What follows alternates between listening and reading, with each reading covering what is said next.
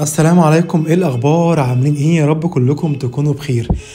من الحاجات الكوارث اللي بتعملوها بعد عمليات السمنة، سواء تكميم او تحويل او ساسي، والكارثة دي لها مشاكل كبيرة جدا، هي النقنقة، بمعنى تاني الرمرمة، بمعنى تالت التلقيط، معنى رابع بقك او بقك مش مقفول.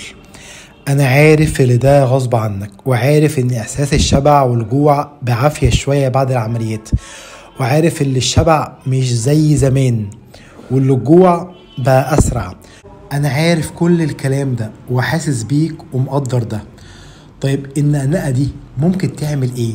اللي انت بتاكل كل نص ساعة او كل ساعة بتلقط، سواء صحي او غير صحي، بتعمل حاجات كتير. اول حاجة بتخليك دايما جعان، على طول جعان، بتأثر على هرمون الشبع والجوع، بتقلل موضوع الشبع، اللبتن بيقل عنك بنسبة كبيرة، بيحفز الانسولين دايما طول ما انت بتاكل، طول ما الانسولين شغال، وده بيعطل عملية حرق الدهون، وبيخليك دايما هبطان وجعان.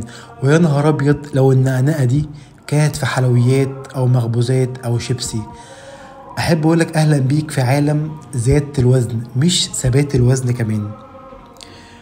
خلي بالك يا بطل، حاول افصل بين كل وجبة ووجبة 3 ساعات، 3 ساعات بين كل وجبة ووجبة، ويكون بين ال3 ساعات دول سوائل، مية، اعشاب بدون سكر او عسل او لبن. لو حابب تاخد مشروب بلبن يفضل بعد الوجبة مثلا بربع ساعة، واشرب مية كتير. الموضوع ده هيفرق جدا جدا معاك في نزول الوزن، وهيكسر معاك ثبات الوزن لو انت ثابت، وهتحس بالشبع بجد، وترجع المعدة تاني تقل شوية لو انت بقالك سنة او سنتين عامل عملية. ومساءكم سعادة.